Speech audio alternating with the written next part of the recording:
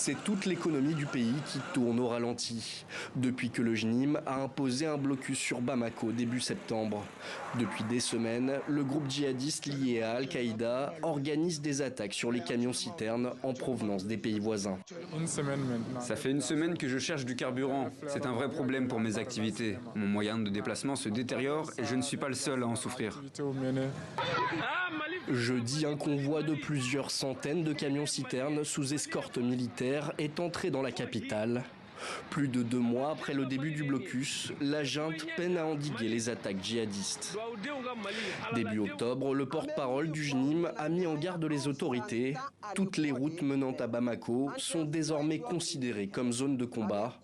À cause des difficultés d'approvisionnement en carburant, le gouvernement a récemment annoncé des restrictions aux stations essence, ainsi que la fermeture des écoles et universités pendant 2 semaines.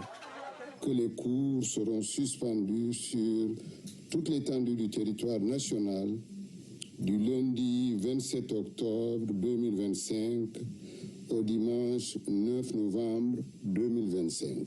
Les transports en commun sont aussi durement touchés par la crise en cours. Régulièrement prise pour cible par les djihadistes depuis début septembre, l'entreprise Diara Transport est désormais dans le collimateur du gouvernement.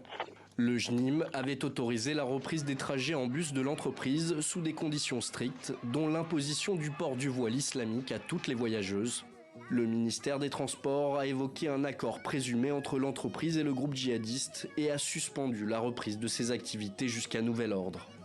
Récemment, plusieurs chancelleries occidentales ont montré leur inquiétude après l'ambassade des États-Unis au Mali qui a appelé ses citoyens à quitter immédiatement le pays en raison de la situation sécuritaire incertaine à Bamako. Ce sont maintenant l'Italie et l'Allemagne qui ont appelé leurs ressortissants à partir dès que possible.